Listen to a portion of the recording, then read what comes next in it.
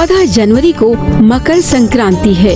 हमारे प्यारे गुरुवर संत श्री आशाराम जी बापू ने इस तिथि की बड़ी भारी महिमा बतलाई है। इस तिथि पर किया गया जप, तप व दान कई गुना फलदायी होता है। ऐसा इस तिथि में क्या खास है, आइए जानते हैं अपने प्यारे गुरुवर संत श्री आशाराम जी बापू से। अग्नि ज्योतिर्ह शुक्लः, अग्नि ज्योतिर्ह शुक्लः, अग्नि ज्योतिर्ह शुक्लः, अग्नि ज्योतिर्ह षड्मासा उत्तरायणम्, षड्मासा उत्तरायणम्, षड्मासा उत्तरायणम्, तत्र प्रयता गच्छन्ति, तत्र प्रयता गच्छन्ति, तत्र प्रयता गच्छन्ति, ब्रह्म ब्रह्मविदो जनाः, ब्रह्म ब्रह्मविदो जनाः, ब्रह्म ब्रह्मविदो जनाः। जिस मार्ग में प्रकाश रूप अग्नि का अधिपति देवता, दिन का अधिपति देवता, शुक्ल पक्ष का अधिपति देवता और 6 महीने वाला उत्तरायण का अधिपति देवता है, उस मार्ग में शरीर छोड़ने वाले जाते हैं तो वे ब्रह्मवेत्ता पुरुष पहले ब्रह्मलोक की प्राप्ति करते हैं और ब्रह्मा के लोक में तब तक रहते हैं जब तक ब्रह्मा जी की ये सृष्टि है। ब्रह्मा जी महानिर्वाण को पाते हैं, तब वे लोग ब्रह्म परमात्मा में विलय होते हैं। एक धूमिल मार्ग है, दूसरा प्रकाश मार्ग है। सूर्य की 12 राशि मानी गई है। इसमें हर महीने एक राशि होती है। इसमें मुख्य 2 राशियां बड़ी महत्वपूर्ण है, एक मकर राशि, दूसरी कर्क राशि। मकर राशि को मकर संक्रांति बोलते हैं, सम्यक क्रांति। उत्तरायण का दिन देवता का सुबह प्रभात उत्तरायण के दिन से मानी जाती है।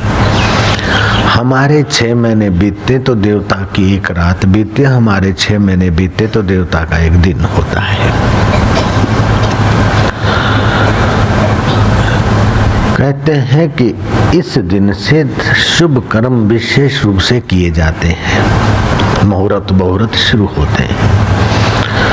और आज के दिन दिया हुआ अर्घ्य और किया हुआ होम हवन, जप, ध्यान और दान पुण्य विशेष फलदायी माना जाता है। दुर्वासा ऋषि कृपि के यहाँ आए और कृपि बड़ी उदास थी। अपनी एक लंगड़ी गाय के दूध से दुर्वासा का स्वागत किया। वो दूध का इधर उधर उपयोग करके जीविका चलाती थी। आज अतिथि सत्कार में वो दूध लगा दिया। अतिथि सत्कार करते हुए कृपि इतनी उदास क्यों? दुर्वासा ने पूछ ही लिया। उसने कहा, आप जैसे संत आए फिर भी मैं विशेष सेवा नहीं कर पाई और मेरे पास केवल एक ही आय का साधन है, ये लंगड़ी गाय। द्रोणाचार्य इतने बड़े भारी विद्वान धनुर्विद्या के, फिर भी ये स्थिति। कृपि पर्व का दिन है, आज जो भी आए हो उसको और भी सत्कर्म में ही लगा दे। वो सत्कर्म अनंत गुना होकर आया और धृतराष्ट्र के अंतःकरण में प्रेरणा किया और बहुत सारी गाय और बहुत सारा धन ऋषिवर को प्राप्त हुआ। कुछ ऐसे दिन होते हैं, कुछ ऐसी घड़ियां होती, कुछ ऐसे पर्व होते हैं जिन पर्वों पर शुभ कर्म की विशेषता मानी जाती है। कुछ ऐसा समय होता है जिस समय वो चीज का ज्यादा महत्व होता है। जैसे उषा पान है, सूर्योदय से पहले पानी पीते तो बड़ा महत्वपूर्ण है स्वास्थ्य के लिए। और खूब भूख लगती और पानी पीते तो विष हो जाता है दोपहर को। अजीर्ण में पानी औषध हो जाता है। ऐसे पर्वों का अपने आप में महत्व है। भीष्म पितामह इसी पर्व के इंतजार में 52 दिन सरसैया पर पड़े। श्री कृष्ण युधिष्ठिर को कहते हैं कि ज्ञान में, तप में, राजधर्म में, स्त्री धर्म में, दान धर्म में, लौकिक धर्म में और अलौकिक धर्म में इनकी बराबरी का विद्वान धरती पर कोई नहीं है। युधिष्ठिर, तुम्हें उनके चरणों में चलना चाहिए ज्ञान लेने को। जैसे यक्षों के बीच कुबेर शोभायमान होता है, ऐसे पांडवों के बीच युधिष्ठिर शोभायमान हुए होते। रथ पर भीष्म के तरफ चले। रास्ते में कई देव ऋषि, कई राज ऋषि, कई ब्रह्म ऋषि, कई जति, कई जोगी, कई तपस्वी अपने शिष्यों के साथ पितामह की सरसैया की तरफ जा रहे थे, क्योंकि अब एक आध दिन में उत्तरायण का दिन आने वाला है। पितामह शरीर त्याग देंगे। पितामह ने देश काल को जानने की कला जानने वाले ने ऋषि मुनियों को यथा योग्य वाणी के द्वारा और नेत्रों के द्वारा सम्मानित किया। श्री कृष्ण को कहा, आप तो हृदय में ही बैठो, मेरी पलकों में ही बैठो। श्री कृष्ण ने कहा कि युधिष्ठिर को उपदेश दो। मैं उपदेश तो दूंगा, लेकिन केशव मेरे प्रश्नों का उत्तर दो। केशव ने प्रश्नों का उत्तर दिया। राजधर्म, स्त्री धर्म, दान धर्म, पर्व आदि महाभारत में भरे पड़े हैं। पितामह ने उपदेश दिया युधिष्ठिर को। कुछ भी न हो तो कम से कम व्रत करके, संयम करके अपना कल्याण किया जा सकता है। व्रत धर्म का भी महत्व बताया, दान धर्म का भी महत्व बताया और पर्व के दिन दान की महिमा विशेष मानी गई, ये भी बताया। फिर युधिष्ठिर को उपदेश देने वाले भीष्म कहते हैं कि कृष्ण, आज तक तो तुमने अपने भक्तों को प्रतीक्षा कराई है, लेकिन आज ये तुम्हारा भक्त तुम्हें प्रतीक्षा कराना चाहता है। तस्मात् कारुण्य भावेन हे केशव, करुणा करके तुम तब तक खड़े रहना जब तक मैं महाप्रयाण नहीं करता। उदास होकर नहीं, गंभीर होकर नहीं, मंद मंद मुस्कुराते हुए पीतांबर फरकता रहे और निगाह मेरे तरफ रहे और स्मित बरसता रहे। केशव, आज तुम तो प्राणी मात्र के आत्मा हो, मेरा निज स्वरूप हो, लेकिन आज साकार रूप में भी आप यहीं रहेंगे जब तक मैं इस शरीर से अपने प्राण महाप्राण में नहीं मिलाता, अपना जीव ब्रह्मलोक तक नहीं ले जाता, तब तक तुम्हें यहीं खड़ा रहना होगा। कैसा है भक्त का प्यार। हे केशव, मेरा तुम्हें प्रणाम है। भीष्म कहते, हे वसुदेव, देवकी नंदन, नंद गोप कुमार, हे राधिका रमण, हे गोपी रमण, मेरा तुम्हें प्रणाम है। ऐसे तो तुम प्राणी मात्र के आत्मा हो और अव्यक्त अकाल पर ब्रह्म परमात्मा हो, लेकिन जीवों के उद्धार के लिए तुम साकार होकर आते हो। यशोदा माँ ने आपको उखली से बांधा था, वो बात भी मुझे स्मरण है।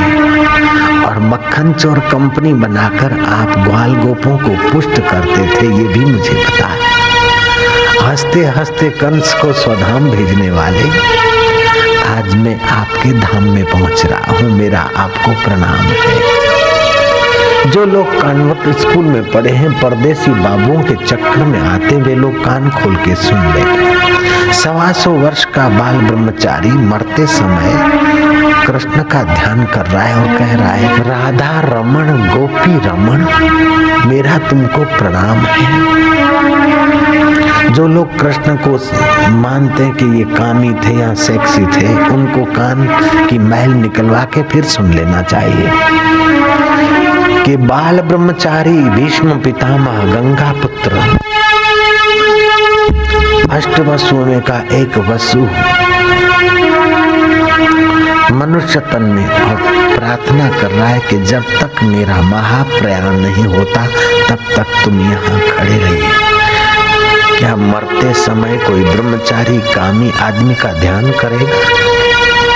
और वो ब्रह्मचारी एक बार पढ़कर ब्रह्मचारी नहीं हुआ था, नावल पढ़कर ब्रह्मचारी नहीं हुआ था, वेद वेदांग उपनिषद और सत शास्त्रों का आश्रय लेकर ब्रह्म में विचरने वाला ब्रह्मचारी था।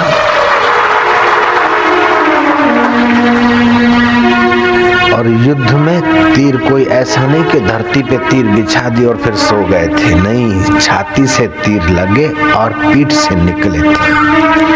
उन तीरों की शैया पर शयन किया और कहता है तकिया चाहिए, मुझे तकिया चाहिए, तकिया लाओ। कर्ण और दुर्योधन रुई के तकिए ले गए। कहता है नहीं नहीं, वीर अर्जुन को बुलाओ, वो मुझे बाणों का तकिया दे। राजचंद्र ने ठीक कहा है, देह चता जेनी दशा वर्ते देहातीत ते ज्ञानी ना चरण मा हो वंदन अगणित। गुरु दीवो गुरु देवता गुरु बिन घोर अंधार, जे गुरु वाणी वेगड़ा रड़बड़िया संसार। जिन्होंने गुरु की वाणी नहीं सुनी वो संसार में रड़बड़े। उमा तिन के बड़े अभाग, शिव जी कहते हैं उमा तिन के बड़े अभाग, जे नर हरि तजी विषय भजन। और शिव जी कहते हैं कि उमा संत समागम सम, और न लाभ कछु आन, बिनु हरि कृपा उपजे नहीं, गावही वेद पुराण। ऐसा नहीं कहते कि स्वर्ग समागम सम, डॉलर समागम सम, द्राम समागम सम, पाउंड समागम सम, गांधीनगर या दिल्ली की कुर्सी समागम सम, और न लाभ कछु आन। ऐसा नहीं कहा है। कुर्सी मिलने के बाद भी जीवन में बहुत कुछ कमियां रह जाती है, लेकिन सत्संग के द्वारा जो सत्य स्वरूप का ज्ञान शांति मिलती है तो जीवन पूर्णता का एहसास करता है और पूर्ण परमेश्वर में विश्रांति पा लेता है। उत्तरायण, संक्रांति, सम्यक क्रांति, सबकी भलाई में अपनी भलाई, सबकी उन्नति में अपनी उन्नति, सबके मंगल में अपना मंगल। भीष्म पितामह कहते हैं कि कृष्ण मुझे वो भी याद है कि घोड़ों की टापों से उड़ी हुई धूल से तुम्हारे बाल घिंघरूले मटमैले से हो गए थे, और युद्ध के परिश्रम से आपके चेहरे पर पसीने की बूंदें उभर आई थी, और ढलते सूर्य का प्रकाश मानो उन बूंदों को मोतियों का सा रंग दे रहा था। हे रंग रंगीले छेल छबीले, मेरा तुमको प्रणाम है। मैं आतताई आपको तीक्ष्ण बाणों से आपकी उंगलियों पर प्रहार कर रहा था, और आपने मेरी सदगति करने के लिए मुझ पर प्रहार किया। हथियार न उठाने का संकल्प होते हुए भी आपने हथियार उठाया मेरे संकल्प को साकार करने के लिए, नहीं तो श्रीखंडी क्या मुझे मारता। लेकिन हे नाथ, आपने अपने भक्त को सदगति देने के लिए ही अर्जुन को उकसाया। मेरा आपको प्रणाम है। कैसी सम्यक क्रांति है जिसके द्वारा बाण लगे हैं और उसका सद्गुण दिख रहा है। कैसी क्रांति। आज का कोई होता तो गांठ बांध के रख देता कि काय का कृष्ण, काय का ये, मेरे को मरवा दिया। हथियार न उठाने का संकल्प करके हथियार उठाया। काय का भगवान, काय का गुरु। जोई लईश घेरे घेरने गामे गाम जेने તમારી નિંદા કરીશ। 9 કાગળિયા 6 કાગળિયા છપાઈશ ને ઘરના ખર્ચે પોતાની 7 પેઢીઓને નરકમાં લઈ જઈશ। આજનો શિષ્ય હોય તો આવું કરે કદાચ, પણ એ સત શિષ્ય ના ગણાય, તામસી शिष्य गणाय। सात्विक शिष्य, राजसी शिष्य ने तामसी शिष्य। सात्विक शिष्य अथवा सात्विक भक्त के जीवन में गुरु या भगवान के तरफ से विषम व्यवहार होता है, तभी भी वो धन्यवाद देता है कि आप कितने दयालु हो। मुझ आतताई को आपने बाणों की सया पर सुलाया, आप कितने दयालु हो। ये सात्विक भक्त के लक्षण है। राजसी हो के अच्छा हमने तो आपको गुरु माना, भगवान माना और आपने ऐसा किया, चलो कोई बात नहीं हम सह लेते, लेकिन आपको ऐसा नहीं करना चाहिए था। ये राजसी आदमी की बात। और तामसी हो कि लोकोनी वच्चे मने उतारी पड़ा, हवे हूँ जोई लईश। गामे गाम आम करीश ने व्यक्तिनी श्रद्धा तोड़ीने कुटुंब सहित साथ पीढ़ी सहित नरके जैश तो जैश, पण बाबा तारी खैर नहीं। जैसी सात्विक श्रद्धा, राजस श्रद्धा અને तामस श्रद्धा। सात्विक भोजन, राजस भोजन और तामस भोजन। अब हम भोजन कैसा करते हैं, जैसा भी करते हो, आज से सात्विक भोजन, सात्विक संग और सात्विक विचार करके अपने जीवन को भीष्म पितामह की नाई उस परब्रह्म परमात्मा के साथ तदाकार करने के लिए तुम्हारा जन्म हुआ, इस बात को कभी न भूलिए। कितनी शक्ति है उस योद्धा में कि मुझे रुई का तकिया नहीं चाहिए, अर्जुन को बुलाओ तकिया देगा।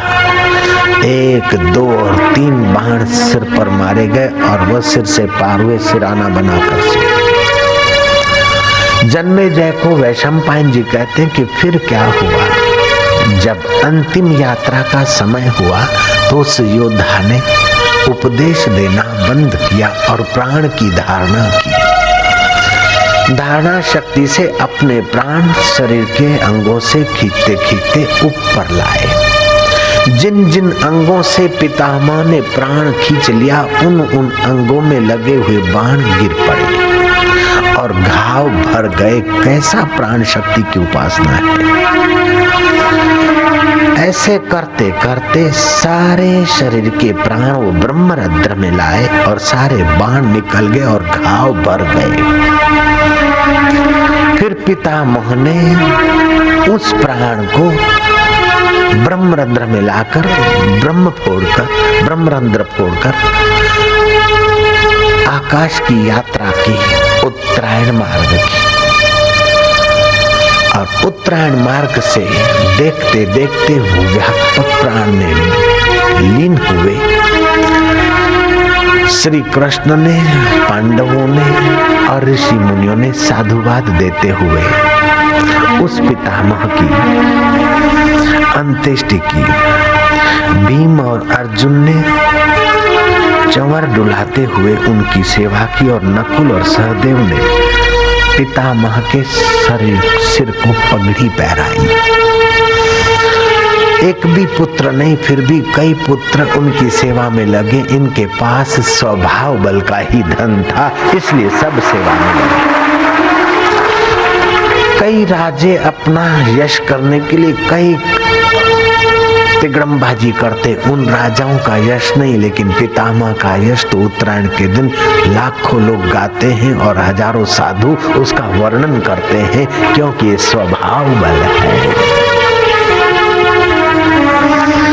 स्त्रियां ने ताड़ के पंखे लेकर उनके शव को पंखा हाँकने की सेवा छून ली। पितामह कोई ऑफिशियली बहू नहीं थी, फिर भी बिन बुलाए कई बहुएं सेवा में लग गई। ये स्वभाव बल तो नहीं और क्या है। आकाशचारी देवताओं ने पुष्पों की, सुगंधित पुष्पों की वृष्टि की और श्री कृष्ण उनकी अंत्येष्टि के कार्यक्रम में हाजिर रहे। कैसा है स्वभाव बल, कितना जादू है स्वभाव बल में। धन बल, सत्ता बल, शरीर बल, ये तो शायद आप के पास कम भी हो, न भी कोई प्राप्त कर सके, लेकिन स्वभाव बल तो आप अपने आप में पैदा कर सकते। महाराज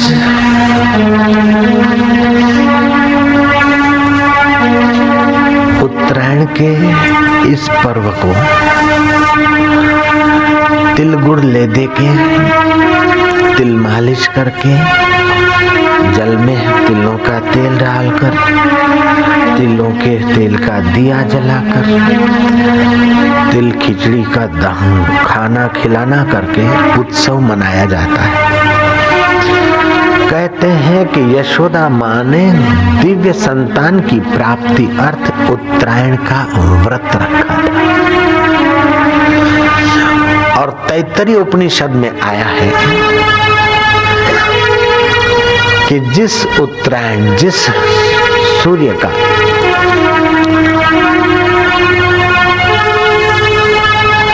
मकर राशि में प्रवेश का इंतजार करने वाले पितामह ने 52 दिन इंतजार किया, उस सूर्य का ध्यान करने से बुद्धि शक्ति और स्वभाव शक्ति का विकास होता है। तो मैं आपको ये सलाह देता हूँ कि सुबह सुबह सूर्य का जल्दी से दर्शन कर लीजिए और आंखें बंद करके सूर्य नारायण का ध्यान करें तो लाभ होता है।